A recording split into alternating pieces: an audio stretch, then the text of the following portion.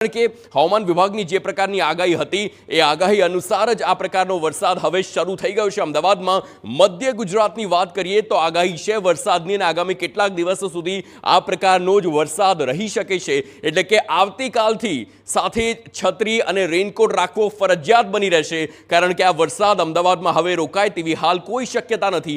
તીવ્રતા વધારે વધઘટ તેમાં થઈ શકે છે, પરંતુ વરસાદ રોકાશે નહીં અને હવે સાવચેત રહેવું એ તમામ વાહન ચાલકો માટે પણ છે, કારણ કે ભર બપોરે આ પ્રકારના જાણે કે સાંજ પડી હોય કે રાતના સમયના દ્રશ્ય હોય તેવું જોવા મળી રહ્યું છે।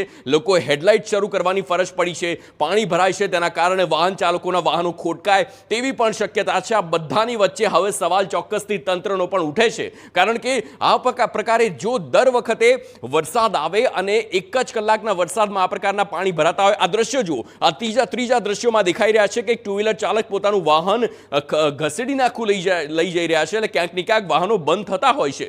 લોકો ક્યાંક ને ક્યાંક વાહનને બાજુ મૂકીને ચાલતા પણ જોવા મળી રહ્યા છે।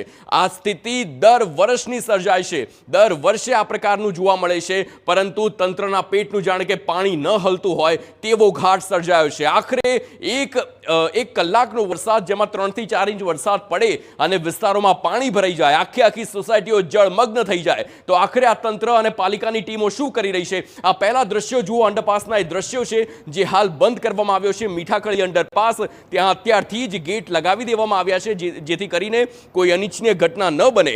અનિચ્છનીય ઘટના ન બને એ તો બીજી વાત છે, પરંતુ અંડરપાસ એક જ કલાકના વરસાદમાં ભરાઈ ગયું છે, તે પણ ચોક્કસથી સવાલ ઊભા થાય છે કે આખરે એક કલાકનો વરસાદ હોય, 2 થી 3 ઇંચ વરસાદ પડતો હોય અને તેવામાં જ્યારે પાણી ભરાઈ જતા હોય છે, તો ડ્રેનેજની કામગીરી કયા પ્રકારની થઈ રહી છે તેવા પણ ચોક્કસ સવાલ ઊભા થઈ રહ્યા છે। કારણ કે જ્યારે પણ ટેક્સ વસૂલવાની વાત આવતી હોય છે તો ઉઘરાણી કરતી હોય છે પાલિકાની ટીમ, પરંતુ જ્યારે કામગીરીની વાત આવે, પ્રી મોન્સૂન કામગીરીના નામે પણ કરોડો રૂપિયા ખર્ચાય છે, પરંતુ સ્થિતિ આમની આમ જ હોય છે। આવા દ્રશ્યો દર વર્ષે સર્જાય છે।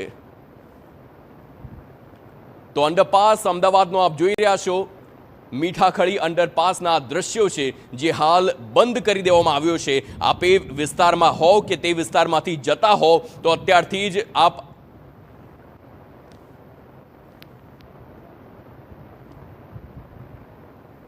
તો અખબારનગર અંડરપાસના દ્રશ્યો આપ આપની ટીવી સ્ક્રીન પર જોઈ રહ્યા છો, કેવી રીતે આ બંધ કરવાનો વારો આવ્યો છે। અમદાવાદમાં આવા અનેક અંડરપાસ છે જેની હાલ આવી જ સ્થિતિ જોવા મળી રહી છે, કારણ કે વરસાદ તેની તીવ્રતા નથી ઘટી રહી, તે વધી રહી છે। આજે જન્માષ્ટમીનો પર્વ અને તે પર્વ પર આ પ્રકારનો વરસાદ આવી રહ્યો છે, તેઓમાં ખાસ કરીને જે શાળા કોલેજોના વિદ્યાર્થીઓ હોય છે તેમને રાહત એ વાતની છે, કારણ કે આજે રજાનો દિવસ છે, પરંતુ એ તમામ લોકો જે હાલ રોડ રસ્તા પર પોતાના વ્યવસાય પર જતા હોય એ તમામ લોકોને હાલાકી ભોગવવાનો વારો આવે છે।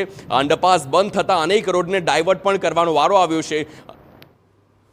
જગ્યાઓ છે કે જ્યાં વરસાદ ઓછો હોય પરંતુ તેમ છતાં પાણી ભરાતા હોય, આવી જ એક જગ્યા એટલે વેજલપુરનું શ્રીનંદનગર વિસ્તાર, કે જ્યાં વરસાદ તો ખૂબ જ સામાન્ય છે, પરંતુ ડ્રેનેજના જે પાણી છે તે ઓવરફ્લો થઈ રહ્યા છે અને આ જ પ્રકારે એક બે નહીં પરંતુ આગળના જેટલા ગટરના ઢાંકણા છે તે તમામ જગ્યાઓ પર આ જ પ્રકારે આ જ ફ્લોથી પાણી છે તે બહાર આવી રહ્યું છે। હકીકતમાં વરસાદી પાણી ડ્રેનેજમાં જવું જોઈએ, સ્ટ્રોમ વોટર લાઇનમાં જવું જોઈએ, પરંતુ અહીંયા સ્ટ્રોમ વોટર લાઇન નાખવામાં આવી, ડ્રેનેજ લાઇન છે તે પણ ઓવરફ્લો થઈ રહી છે, એટલે કે વરસાદી પાણીનો નિકાલ થવાની જગ્યા પર જ્યારે ઓવરફ્લો થતું હોય તો આખરે તે સ્થાનિકો માટે સૌથી મોટી સમસ્યા બનતી હોય છે।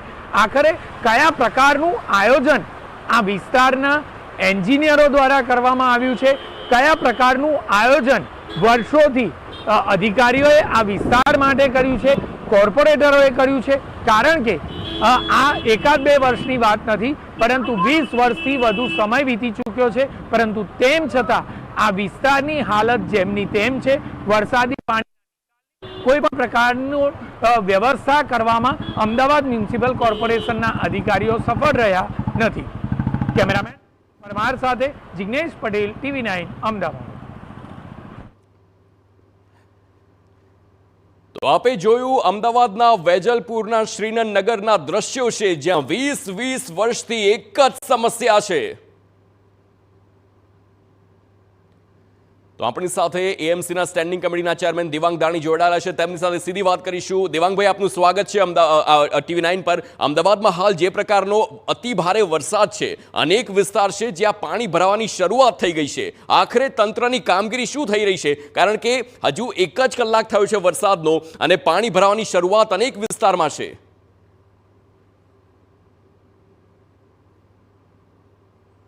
દેવાંગભાઈ, અવાજ આવી રહ્યો છે?